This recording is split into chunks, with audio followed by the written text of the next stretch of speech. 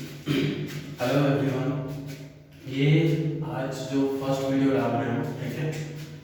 Video first है कौन से चैप्टर का? Inverse trigonometry class chapter 2 class जो है ये 12th, ठीक है। 12th क्लास का ये इंपॉर्टेंट चैप्टर होता है, ठीक है। इनवर्स ट्रिग्नोमेट्री होता क्या है समझना ध्यान से। इनवर्स वो जो फंक्शन आपने पढ़ा था, ध्यान से सुनना, थोड़ा सा हम डिटेल में समझने की कोशिश करते हैं। सबसे पहले यहाँ पर जैसे मान लेते हैं, यहाँ पर है साइन थीटा इक्वल टू है फॉर एग्जांपल x, ये मान लिया, ठीक है। यहाँ पर आपको बताया गया होगा कि ये जो होता है ये एंगल होता है फंक्शन का, और यहाँ पर जो आती है ये वैल्यू होता है। जैसे यहाँ पर देखना, साइन 45 इक्वल टू 1/√2, ये क्या है आपका एंगल है, और ये क्या है इसकी वैल्यू है। आपने जब 11th क्लास में जब इस sine x cos x ten x ये जितने भी फंक्शंस हैं, इन फंक्शंस को आपने जब ग्राफ पे प्लॉट किया होगा तो वहां पर बताया गया होगा कि दो एक्सिस होते हैं। एक ये जो होता है एक्स एक्सिस, इसको हम रेंज एक्सिस बोलते हैं, और ये क्या होता है डोमेन एक्सिस होता है। डोमेन एक्सिस मतलब क्या होता है भैया? वैल्यू, इनकी वैल्यूज, और रेंज मतलब क्या होता है? इनके एंगल्स। ये बात समझ आ गई? कोई डाउट तो नहीं है ना? चलो देखते हैं यहाँ पर ध्यान से समझेंगे। ये जो रेंज है यहाँ पर देखना, इनवर्स फंक्शन का मतलब क्या होता है। देखो यहाँ पर ये जो एंगल है इसको हम यहाँ पर थीटा की वैल्यू फाइंड करते हैं। तो जब ये साइन फंक्शन जो है इसके साथ यहाँ पर इसके साथ क्या है मल्टीप्लाई में बोल देते हैं, खैर मल्टीप्लाई में होता नहीं है, ठीक है। एंगल के साथ है ये, ठीक है। ये फंक्शन अपने एंगल पे वर्क करता है। तो इसका रूल ये होता है कि ये फंक्शन जब आरएचएस में जाता है ना, ये एंगल नहीं जाता, खाली फंक्शन जब उधर जाता है तो ये इन्वर्टिबल फंक्शन हो जाता है। उधर जाएगा तो ये साइन इनवर्स x हो जाएगा। बात समझ आ रही है? अब देखो ये जो एंगल्स होते हैं ये क्या है? रेंज है। ये क्या चीज होती है? एंगल है अभी भी ये, और या तो इसको हम रेंज बोलते हैं, ठीक है। और ये क्या चीज है? ये डोमेन है। ये बात समझ आएगी? कोई डाउट तो नहीं है ना इसमें? अब हम ये सीखेंगे कि ये जो इन्वर्टिबल फंक्शन होते कितने हैं। जितने ट्रिग्नोमेट्री फंक्शन है उतने ही हम इन्वर्टिबल फंक्शन बनाए जा सकते हैं। चलो देखते हैं कौन कौन सा बनाए जा सकते हैं। जैसे पहला है, यहाँ पर कितने फंक्शंस हो सकते हैं? देखो function first sine inverse x, ये मान लिया, ठीक है, पहला फंक्शन। दूसरा कॉस इनवर्स x, तीसरा tan इनवर्स x, चौथा sin cos tan, cot inverse x, पांचवा cosec इनवर्स x, और छठा sec इनवर्स x। यही होता है। ये सारे क्या है बच्चा? फंक्शंस। अब इसके ना हम रेंज सीखेंगे। रेंज क्यों सीख रहे हैं? क्योंकि आपको ना आगे क्वेश्चनों में बोलेगा प्रिंसिपल वैल्यू फाइंड करो, ठीक है, बोलेगा प्रिंसिपल वैल्यू फाइंड करो या फिर रेंज फाइंड करो। तो हम इन सब फंक्शंस के जब प्रिंसिपल वैल्यू फाइंड करेंगे तो ये रेंज जो है बहुत इंपॉर्टेंट हो जाता है वहां पर, ठीक है जी। अब देखो 10th क्लास में हमने ये पढ़ा था कि साइन की लोएस्ट वैल्यू और हाईएस्ट वैल्यू क्या होती है। साइन की लोएस्ट वैल्यू हाईएस्ट वैल्यू कोई बता सकता है? साइन की लोएस्ट वैल्यू होती है -1, हाईएस्ट वैल्यू होती है +1, ठीक है जी।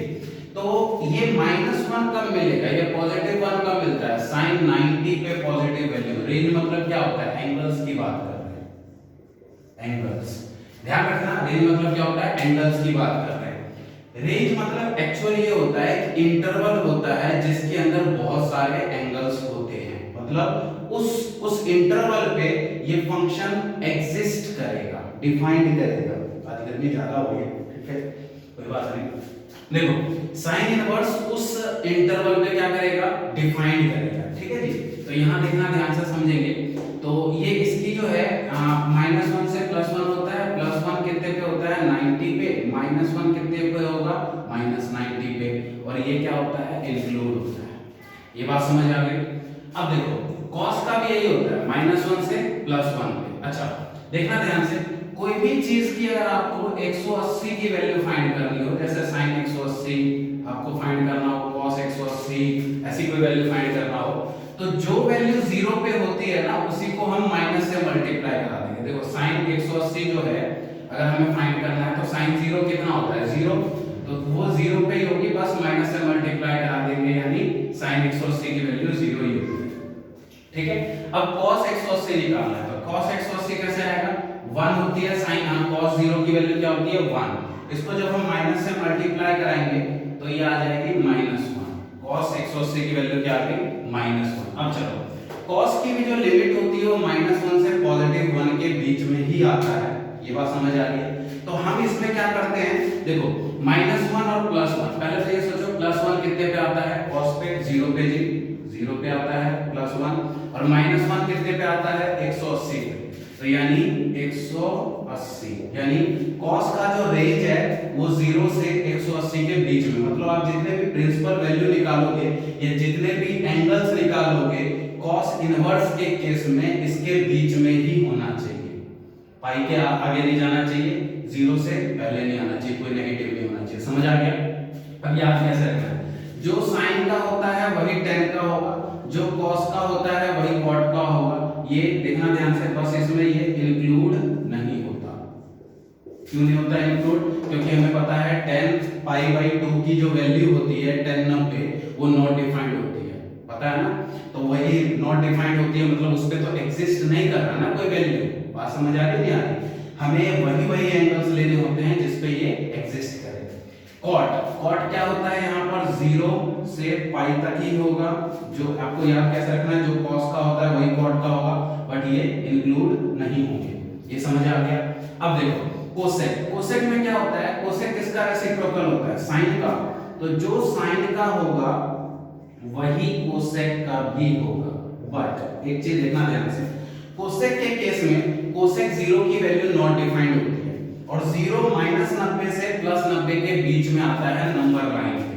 देखो यहाँ 0 यहाँ कहीं होता है, पॉजिटिव 90 यहाँ है और नेगेटिव 90 यहाँ है ना, तो इसके बीच में तो है वैल्यू 0 वाली, है ना, यानी 0 तो नहीं होना चाहिए, क्या बोला, आपके इंटरवल में ऐसी कोई एंगल नहीं होना चाहिए जिस पे फंक्शन एग्जिस्ट ना करे, तो 0 तो एक वैल्यू एंगल आ रहा है जिस पे ये फंक्शन एग्जिस्ट नहीं कर रही, तो हम क्या करेंगे, उस 0 को यहां से हटा देंगे, मतलब ये कोसेक अपने -90 से +90 पे हर जगह एग्जिस्ट करेगा, बट 0 नहीं होना चाहिए। समझ आ गया। आगे सेक में क्या होता है बच्चा, ध्यान से सुनना, सेक के केस में सेक वाला जो होगा ये cos का ही रेसिप्रोकल होता है, तो हम cos वाला ही लिखते हैं, फिर सेम चीज ध्यान से सुनना, sec 90 की जो वैल्यू होती है वो क्या होती है, नॉट डिफाइंड, तो नॉट डिफाइंड तो इसी के बीच में आ रहा है जो कि नहीं आना चाहिए, तो ये π/2 अलाउड नहीं है, ये समझ आ गया। इनके रेंज ये स्पेशली समझ लेना, इसके बिना कोई काम नहीं होने का, ठीक है, नोट डाउन कर लो इसको।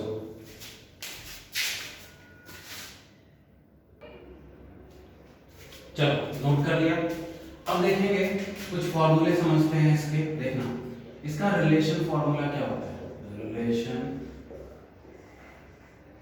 और देखना यहाँ ट्रिग्नोमेट्री का जो रिलेशन फॉर्मूले होते थे वो 3 होते थे ट्रिग्नोमेट्री,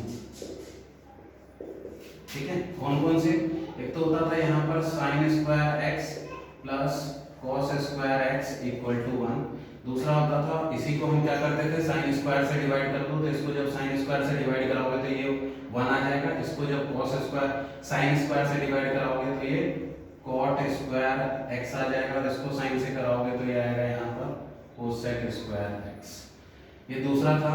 तीसरा, जब इसी को cos से कराएंगे तो sin/cos होता है tan² x + 1 = sec² x। यहाँ पर रिलेशन फॉर्मूला क्या कहता है जी, देखना यहाँ पर, इसमें कभी भी आपका sin inverse x plus cos inverse x अगर हो, दोनों का यहाँ पर अगर डोमेन जो है, इसको हम डोमेन बोलते हैं, याद रखना, एंगल नहीं है, डोमेन है, तो ये जो x ये अगर सेम होती है तो इसकी वैल्यू π/2 के बराबर होगा। सेम प्रोसेस अगर हम cosec inverse x plus sec inverse x की बात करें तो ये भी π/2 के बराबर होता है। तीसरा, अगर मैं tan inverse x plus cot inverse x की अगर बात करूं तो ये भी π/2 के बराबर होता है। ये समझ आ गया। अब देखना दूसरा क्या होता है। यहाँ पर आपने एक चीज और सीखी थी ग्रुप 2, ये ग्रुप 1 के फॉर्मूले, ठीक है जी। देखो ग्रुप 2 में एक चीज आपने सीखा था कि जब साइन माइनस एक्स अगर हो ये तो ये माइनस साइन एक्स होता है, और क्या था कॉस अगर माइनस एक्स हो तो ये पॉजिटिव कॉस एक्स हो जाता था, और क्या था टेन अगर माइनस एक्स हो तो ये माइनस टेन एक्स होता था, और कॉट अगर माइनस एक्स हो तो ये क्या होता था माइनस कॉट एक्स हो जाता था, होता था ना। और क्या था सेक अगर माइनस एक्स हो तो ये क्या होता था पॉजिटिव सेक एक्स हो जाता था, ठीक है जी। एक और है कौन सा, अगर कोसेक अगर माइनस एक्स हो तो ये क्या हो जाता था, ये हो जाता था जी माइनस कोसेक एक्स। यहाँ पर भी एक फॉर्मूला देखेंगे आप। इस ग्रुप में ऐसे फॉर्मूले कैसे हैं, इसके मैं दो बना देते हैं। एक होता है, ध्यान से सुनना, जब cos इनवर्स माइनस एक्स हो, दूसरा sec इनवर्स माइनस एक्स हो, और तीसरा यहाँ पर क्या है cot इनवर्स माइनस एक्स हो, ठीक है। ये तीन है। दूसरा यहाँ पर है sin इनवर्स माइनस एक्स हो और cosec इनवर्स माइनस एक्स हो और tan इनवर्स माइनस एक्स हो। देखो इसमें साइन कोसेक और tan, साइन कोसेक और tan में तो नेगेटिव ही था तो ये चीज नेगेटिव आ जाता है, ये आ जाएगा यहाँ पर माइनस साइन इनवर्स एक्स, ये हो जाएगा माइनस कोसेक इनवर्स एक्स और माइनस tan इनवर्स एक्स। ये समझ आ गया होगा सबको, ठीक है। इन केस में ना नेगेटिव होता नहीं, तुम बोलोगे कि भैया ये तो ठीक है कॉस और सेक को रखा ये तो चलेगा, कॉट को क्यों रखा। देखो आप कॉट का रेंज याद करो, एक्चुअली में ना इन तीनों का जो रेंज था वो क्या था, देखना ध्यान से, रिलेटेड कुछ ऐसा था 0 से पाई, है ना, 0 से पाई इसका भी होता है, 0 से पाई तक इंक्लूड होता है। इसमें क्या होता है, इसमें भी इंक्लूड होता है बट 90 नहीं होता, और इसमें भी यही होता है। बात समझ आई। तो इनके जो इंटरवल है वो 0 से छोटा हो ही नहीं सकता, इसको मैं direct minus cot inverse x नहीं लिख सकता। क्यों नहीं लिख सकता, क्योंकि माइनस की वैल्यू तो अलाउड ही नहीं है, आप 0 से छोटी वैल्यू तो ला ही नहीं सकते कॉट के केस में। बात समझ आई। तो अब देखो हम क्या करते हैं, इसमें ध्यान देना, इसको नोट कर लेना साथ में। मैं क्या करता हूं इसमें, ध्यान देना, ये मिटा दो, देखो समझेंगे। इस वाले केस में होता क्या है, ध्यान दो इधर, इन सारे केस में देखो ये जो है यहां होता है 0, यहां होता है पाई, ये सबको पता है। ये है आफ्टर स्कूल टू कॉलेज, ये समझ आ गया, कोई डाउट तो नहीं है ना इसमें। अब यहां पर ध्यान से देखना होता क्या है, इन सबके केस में जो कॉस है वो, इन सबके केस में जो कॉस है ये वाला इसमें ये नेगेटिव आ रहा है, इस फोर्थ में तो हो नहीं सकता। कॉस नेगेटिव कहां होता है, या तो इस पे नहीं तो इस पे, इन दोनों तो हो ही नहीं सकता। ये बात समझ आ गई। अब देखना इसका जो रेंज है वो 0 से पाई तक है, पाई से इस, देखो सेकंड क्वाड्रेंट है, ये थर्ड क्वाड्रेंट है, ये सेकंड है और ये थर्ड है। थर्ड में जाने के लिए पाई प्लस अल्फा करना होता है, ठीक है, और सेकंड में जाने के लिए पाई माइनस अल्फा करना होता है। ये याद है ना सबको, ठीक है। अगर मैं पाई प्लस अल्फा करता हूं तो होगा क्या, पाई से बड़ी वैल्यू आ जाएगी। जब आप पाई 180 में कुछ भी ऐड करोगे, ठीक है, तो वो क्या होगा यहाँ पर उससे पाई से बड़ी वैल्यू आ जाएगी, ऐसा ही है ना, ठीक है। तो हमें उससे बड़ी वैल्यू तो लानी नहीं है, क्योंकि उसने बोला है पाई से बड़ी वैल्यू नहीं आनी चाहिए। तो हम इन सबको क्या करेंगे, पाई से माइनस कर देंगे। चलो फिर pi minus cos inverse x, इसमें भी pi minus sec inverse x, pi minus cot inverse x। ये समझ आ गया? कोई डाउट तो नहीं है ना? इसको भी नोट डाउन कर लो।